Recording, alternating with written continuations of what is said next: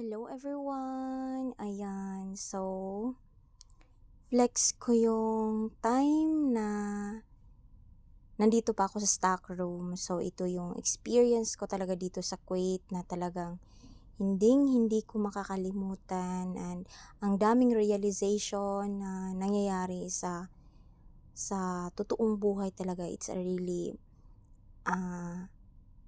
true experience talaga, no? So flex ko yung mga taon o isang taon talaga na nagstay ako dito. Thank you so much stock room for being with me, na makatulog ako ng mahimbing kahit kahit ganito yung surroundings niya. Pero it's my choice na matulog dito kasi nga may nakakasama kami na hindi namin makakasundo. So kami yung nag-let go doon sa room, at 'di ba?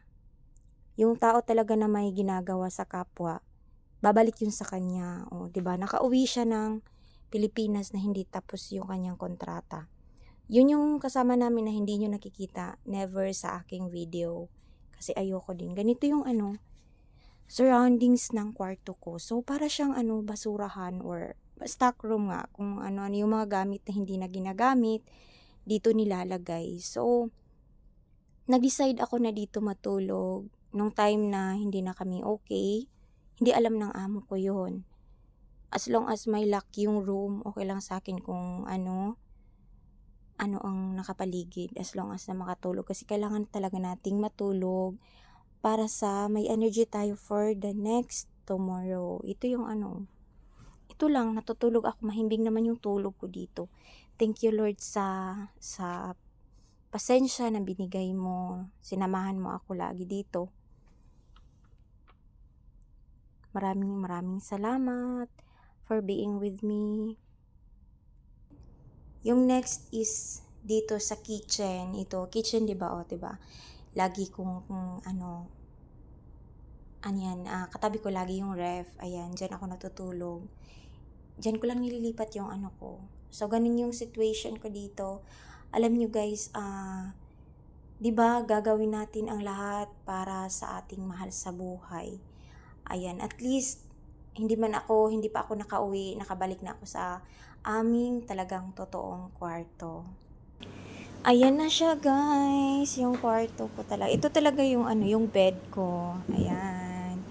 Ito talaga yung bed. At least nakabalik ako dito for 5 months ako ditong natulog din. Yun na, natutulog na ako sa stock room, dun sa kitchen.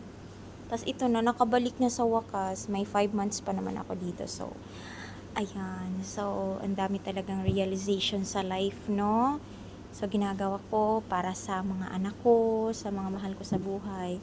Kasama ko yan lagi si Yongs Abiliana to, damit niya. Yan, 2 taong hindi nilalabhan.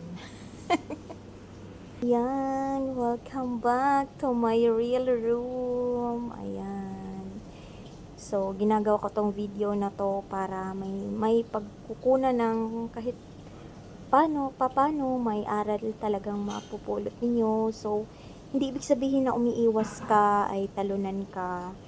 Umiiwas ka kasi part yun ng pagiging mature, na matured ka na ayaw mo ng gulo, ganon. So, iiwas ka sa mga taong toxic, ganon. So, ibig sabihin pag umiyak ka, iiyak mo lang, kung nasaktan ka, iiyak mo lang, lalo na pag dito sa abroad. Hindi talaga dapat papairalin yung pride mo, hindi dapat ka mainitin ang ulo, kasi babagsak din sa iyo kung mainit ang ulo mo. Hindi siya nakatapos ng kontrata.